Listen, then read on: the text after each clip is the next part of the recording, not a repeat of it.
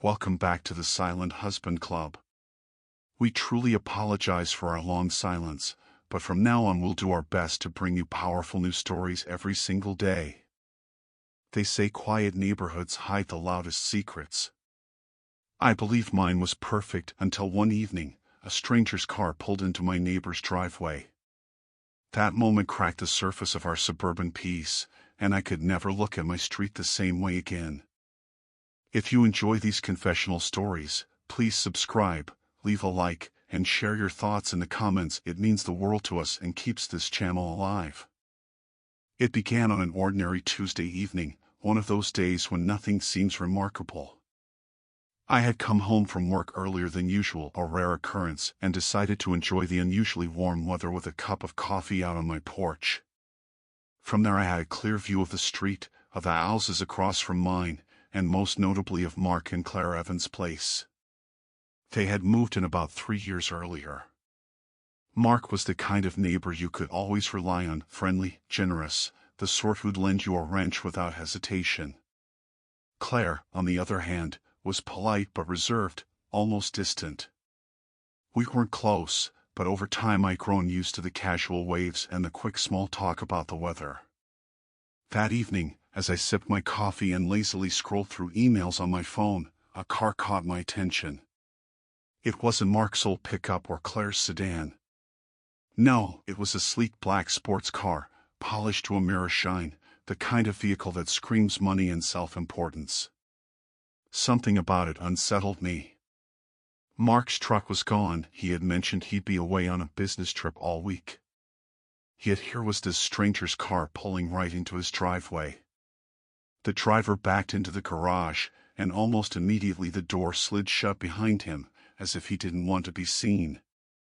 I told myself it was none of my business.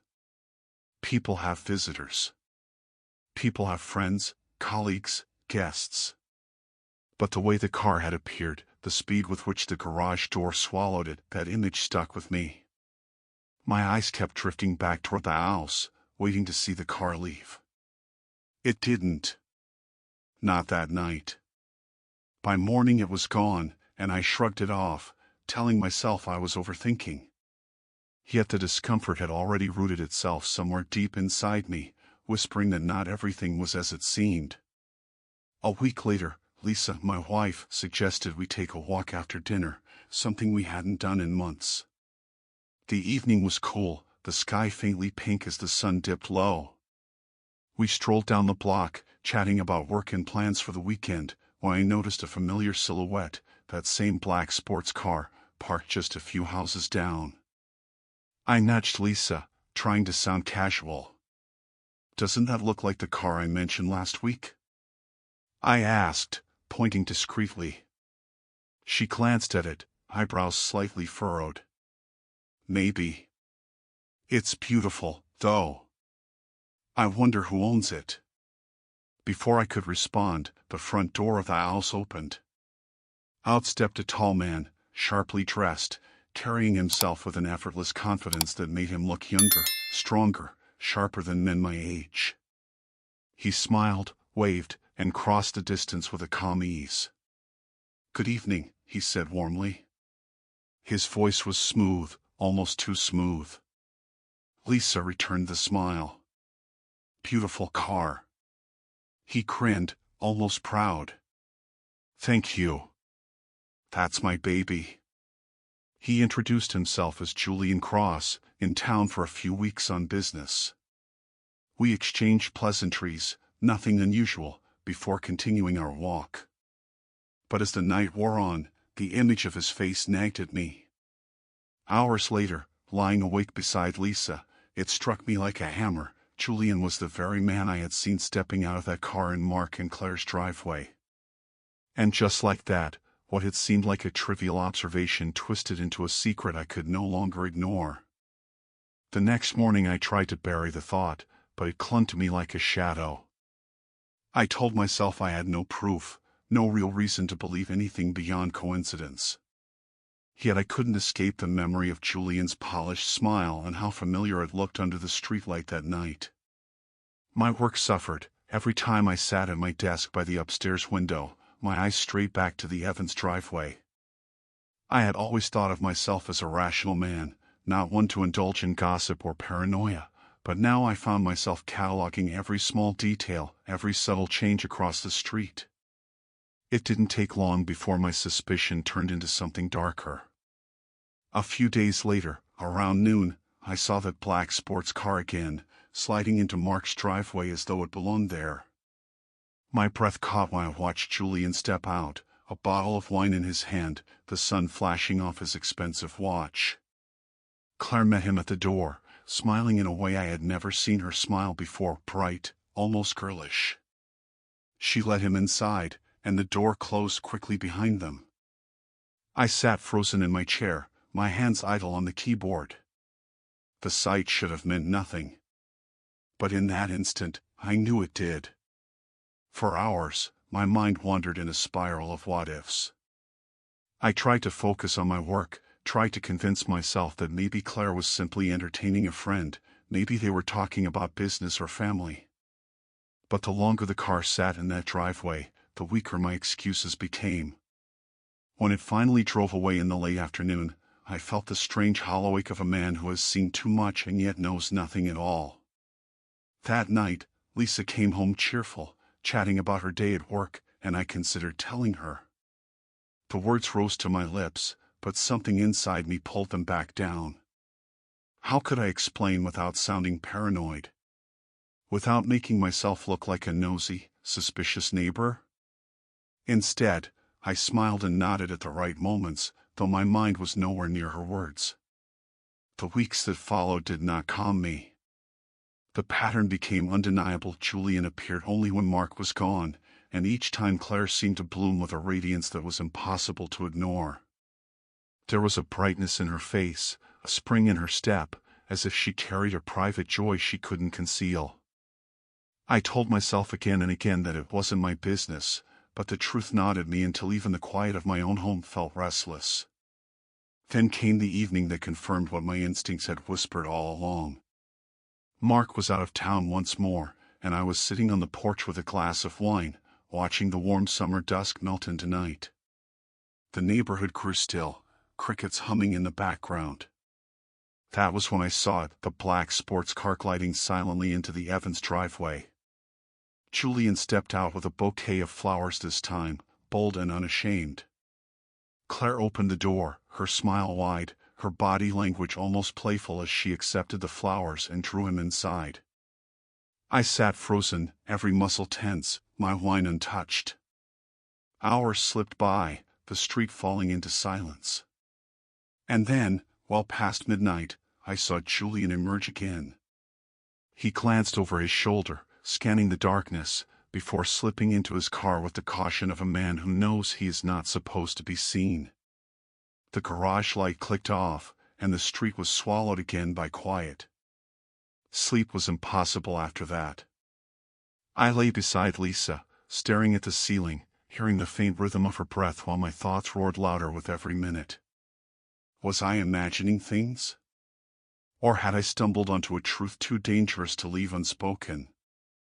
The question became a weight I could no longer carry. And so, when I finally crossed paths with Mark in his garage a few days later, I decided to break my silence. When I finally confronted Mark, I expected anger, confusion, maybe even denial. What I didn't expect was laughter. He set down the wrench he was holding, wiped his hands on an oily rag, and shook his head with a kind of amused pity. "Oh, Julian," he said, almost chuckling. "Yeah, I know him. He's a friend of Claire's. Don't worry about it." I stared at him, unsure if I had heard correctly. "You know?" I asked, my voice tight, as though the words themselves were dangerous. Mark nodded, his smile calm, almost proud. "Claire and I have an arrangement. We're in an open relationship. We've talked about it, and we're happy with it. It works for us." For a long moment, I couldn't speak. His words hung heavy in the air, colliding with every belief I had about marriage, trust, loyalty. An open relationship. spoken so casually, as though he told me about the weather, as though the secret that had kept me awake at night was nothing more than a lifestyle choice. He must have seen the disbelief in my face, because he clapped me on the shoulder. "Don't worry, Daniel. We both know what's going on. Nothing sneaky, nothing behind my back. We choose this." I muttered something, agreement, maybe acceptance, but inside me there was only a rising wave of unease. I walked back across the street to my own house, my thoughts twisting and colliding. I wanted to believe him, wanted to accept that maybe such arrangements could exist, but the image of Julian sneaking out at midnight, scanning the shadows like a thief, refused to fade. If this was all so honest, why did it feel so hidden? That night, I sat at the kitchen table with Lisa. The lights were low, the air heavy with silence. I told her what Mark had said, how he laughed it off, how easily he dismissed the secrecy. She raised her eyebrows, a mix of disbelief and curiosity sparking in her eyes.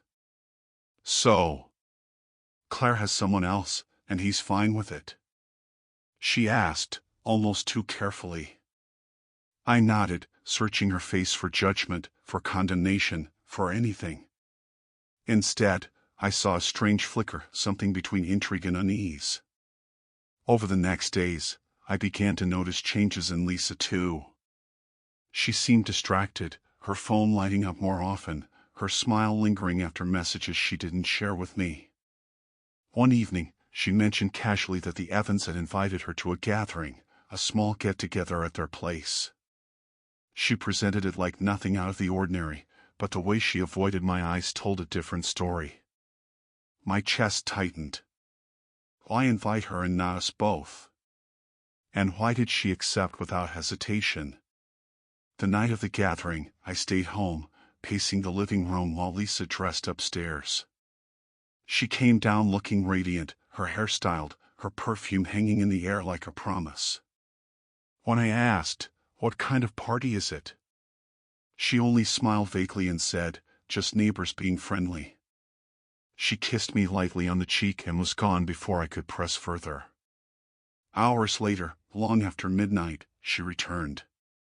She slipped inside quietly, as though hoping I'd be asleep. I wasn't. I sat in the dark, watching as she froze when she saw me in the chair. Her smile faltered. "You're still up," she said softly, almost guiltily. I nodded, my voice calm but trembling beneath the surface. "How was it?" She hesitated too long before answering. "Fine. Just fine." Then she walked past me, up the stairs, leaving me with the bitter taste of doubt. That night, I couldn't close my eyes. The questions twisted inside me like knives. What was happening in the Evans house? Why was Lisa being pulled into their world of blurred lines and hidden truths? And most of all, how much longer could I pretend that my life, my marriage, was untouched by their shadows? The tension between Lisa and me grew unbearable after that night. She became quieter, more distant, moving through the house like a ghost. Her laughter, once so easy and bright, was now reserved for the glow of her phone or the hushed conversations she never shared with me. I tried to ignore it, tried to pretend that life could return to normal if I just didn't ask too many questions. But silence can be louder than words, and in our home it screamed at me every single day. One Saturday morning, I decided I couldn't take it any longer. Over coffee at the kitchen table, I confronted her. My voice trembled, but I forced the words out. "Lisa, I know you've been spending time with Mark and Claire. I know about their parties. Why didn't you tell me?" She froze, her hands tightening around the mug, eyes refusing to meet mine. For a moment I thought she might deny it, but instead she sighed and whispered, "Because you wouldn't understand." The words cut deep, sharper than any confession of betrayal. She didn't even try to hide it anymore. She admitted she'd gone, admitted she was curious, admitted that maybe part of her wanted something different. She swore nothing happened, swore she hadn't crossed any line, but the way she said it lacked conviction. I stared at her, searching for honesty, for any trace of the woman I thought I knew. Different? I repeated, my voice rising. Our marriage isn't enough for you? You needed their world to make you feel alive? She finally looked at me then, her eyes glassy with tears. I don't know what I need anymore, she whispered. And just like that, the ground beneath me gave way. Days passed in a haze of silence. We barely spoke, and when we did, it was short, brittle, like two strangers trapped under the same roof. My chest ached with the weight of what had been lost, and the walls of our home felt smaller each day. At night, I lay awake listening to her shallow breathing beside me, wondering if she was dreaming of me or of him. The breaking point came when I saw Mark again, this time not in his garage but standing casually in his driveway, waving me over like an old friend. Against my better judgment, I walked to him, every step heavy with resentment. He grinned, almost too warmly, and invited me inside. I shouldn't have gone. I knew it. But I followed him anyway, curiosity dragging me where reason refused. Inside, the Evans house felt different than mine, brighter, freer, but also charged with something I couldn't name. We sat in his living room, and before long, the truth poured out. Daniel, he said, leaning back comfortably, I know what you think. I know you don't understand our lifestyle. But we believe in freedom. In expanding boundaries. And Lisa, well, she deserves the chance to decide for herself, doesn't she? His words landed like blows. The casual way he spoke of my wife, as though she were already part of their world, made my skin crawl. I stood abruptly, shaking with anger. You've destroyed marriages, Mark. You've poisoned something sacred. He only smiled sadly, as if he pitied my ignorance. I stormed out before he could say more, my heart pounding, my thoughts boiling with rage and fear. When I returned home, Lisa was sitting on the couch, her eyes red from crying.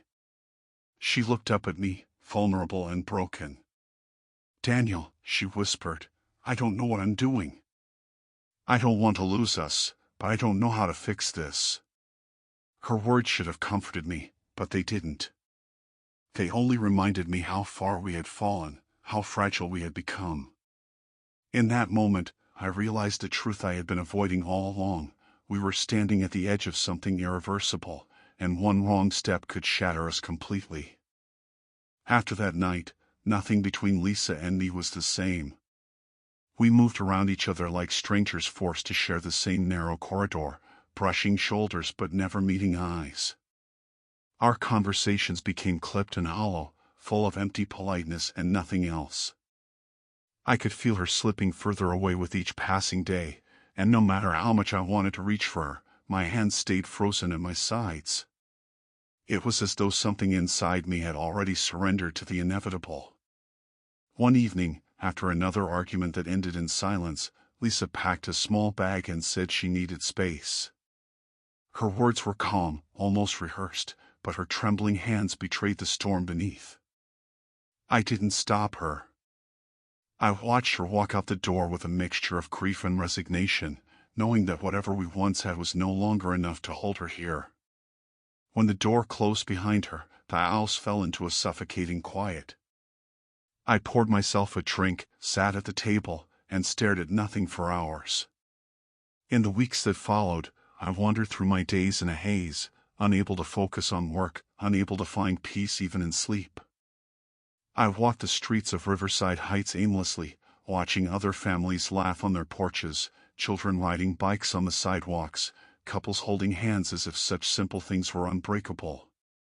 It hurt to see what I had lost, but it also gave me time to think, to confront the truth I had been avoiding for too long.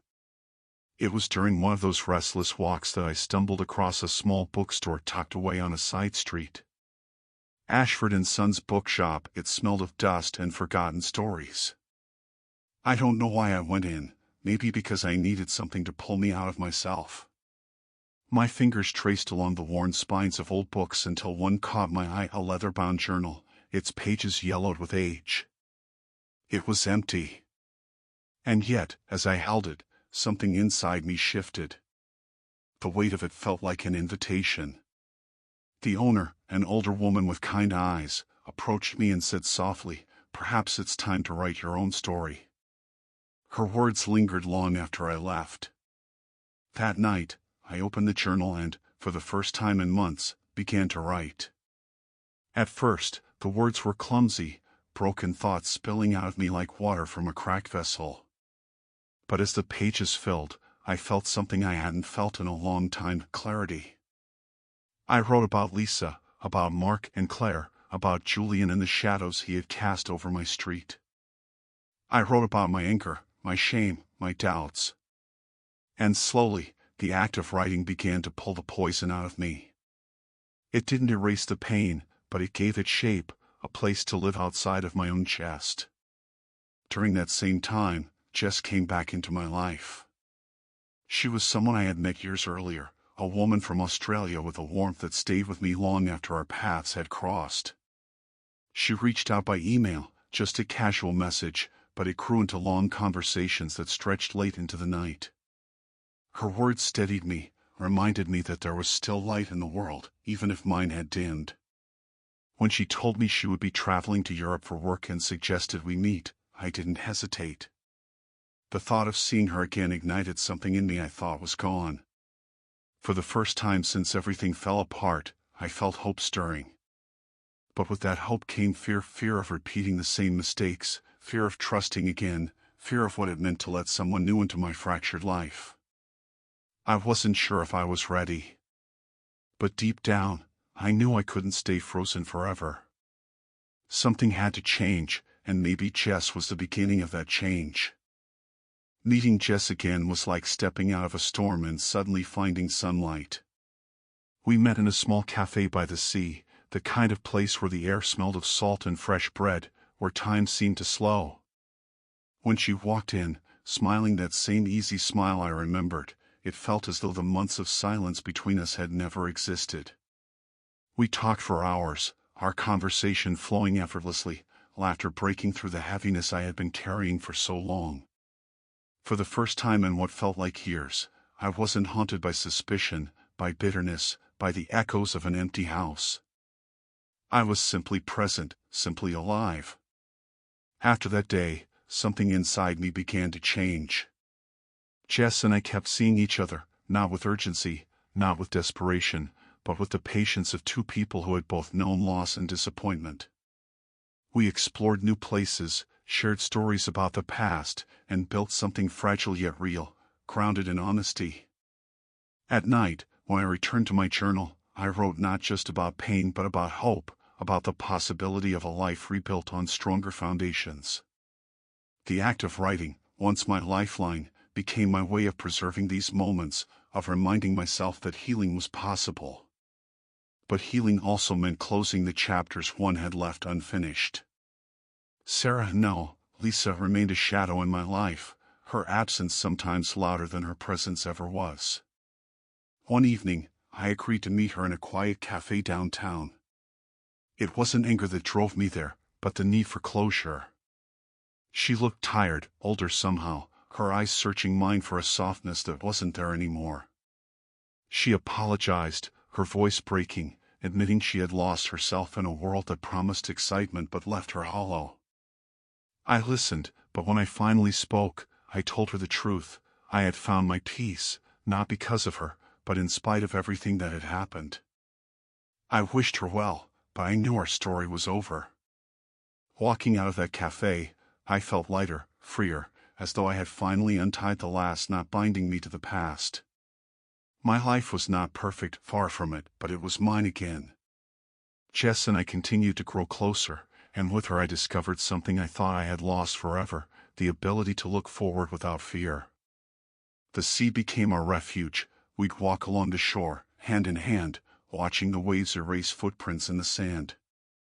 And every time I looked at her, I knew I had been given a second chance, not to rewrite the past, but to build a future worth living. In the end, I understood that the quiet suburban street I once thought was flawless had never been perfect at all. It was full of secrets, compromises, and choices that shattered illusions. But perhaps that was the lesson all along, that perfection is a lie, and real strength comes from facing the wreckage and choosing to rise from it. As I stood on the shore one evening, the wind in my hair, the journal heavy in my hands, I realized I was no longer a silent husband trapped in suspicion and doubt. I was a man who had lost, who had endured, and who had finally found the courage to begin again. Thank you for watching. If this story touched you, shocked you, or simply made you think, don't keep it to yourself. Leave a comment, your thoughts, your story, your truth. Subscribe for more raw, real, and unforgettable confessions. And if this story made you feel seen, share it. Someone else might need to hear it too. You're not alone here. This channel is a safe space for those who've been betrayed, broken, and rebuilt.